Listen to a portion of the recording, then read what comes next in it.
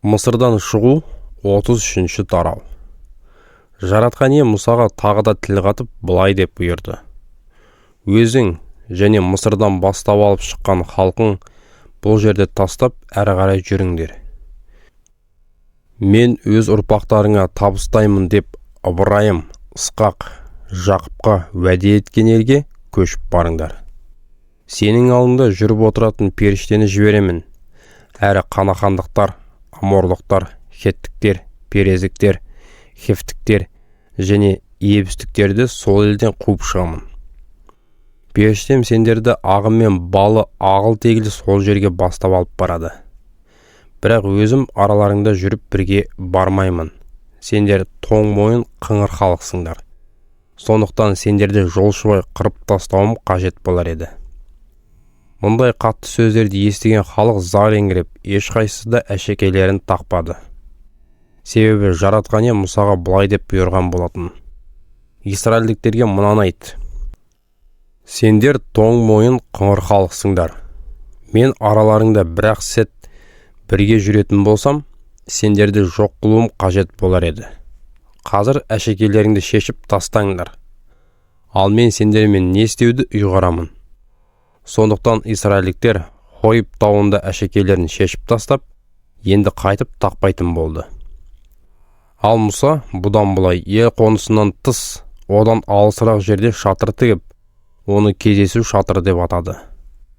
Жаратқан иенің еркін сұрап білгісі келген әркім қоныстан шығып, осы шатырға баратын. Мұса кездесу шатырына беттеген сайын, бүкіл халық үйлерінің есіктерінің алдынан ол шатырға кіріп кеткенге дейін артынан қарап тұратын. Мұса шатырға кіргенде, бұлт бағанасы төмен түсіп, шатыр алдына орналасатын. Сол кезде жаратқан ие Мұсамен тілдесетін. Бұлт бағанасын шатыр есігінің алдынан көрісімен-ақ, күллі халық орындарынан көтеріліп, әркім өз шатырының кіреберісінен Құдайға еліп ғибадат ететін. Жаратқан ие Мұсамен адамның жақын досымен бетпе-бет сөйлескеніндей сөйлесетін. Мұса кейінірек ел қонысына қайтып оралатын. Ал оның жас көмекшісі Нун ұлы Иешуа кездесу шатырының қасынан кетпейтін. Бірде Мұса жаратқан иеге жалбарына тіл қатып, «Я, ем, сен маған халықты сол елге өрлетіп бастап алып жүр» деп келесің. Бірақ менімен бірге кімді жіберетініңді білдірген жоқсың. Алайда маған есіміңді жадымда сақтап, сені жақыннан танимын және саған ризамын деген едің ғой. Егер де маған риза болсаң, бізді жүргізетін өз жолдарыңды білдіре көр. Сонда мен өзіңмен тығыз байланыста тұрамын. Келешекте де сенің рақымың маған түсетін болады. Мына ұлттың өзіңнің таңдап алған халқың екенін есіңнен шығара көрме, деді. Жаратқан ие, өзім бірге барып, жар болып, жаныңа тыныштық сыйлаймын, деп жауап қайырды. Сонда Мұса былай деп өтінді. Егер өзің бірге барып, жар болмасаң, бізді бұл жерден уәделі елге апара көрме. Маған және өз халқыңа сенің рақымыңның түсіп тұрғанын қайдан біле аламыз?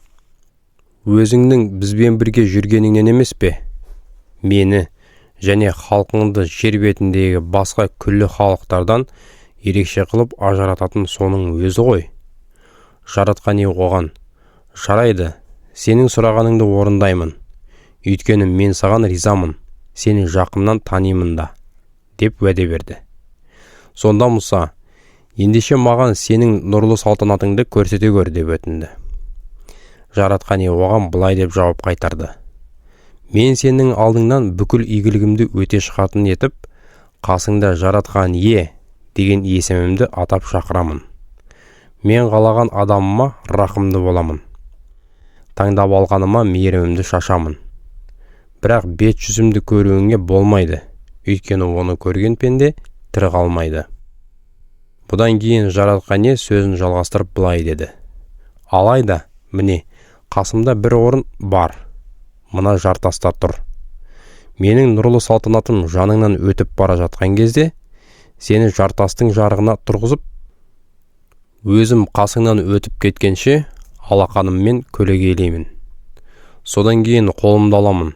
Сонда мені ту сыртымнан көре аласың, ал бет жүзімді ешкімнің көруіне болмайды.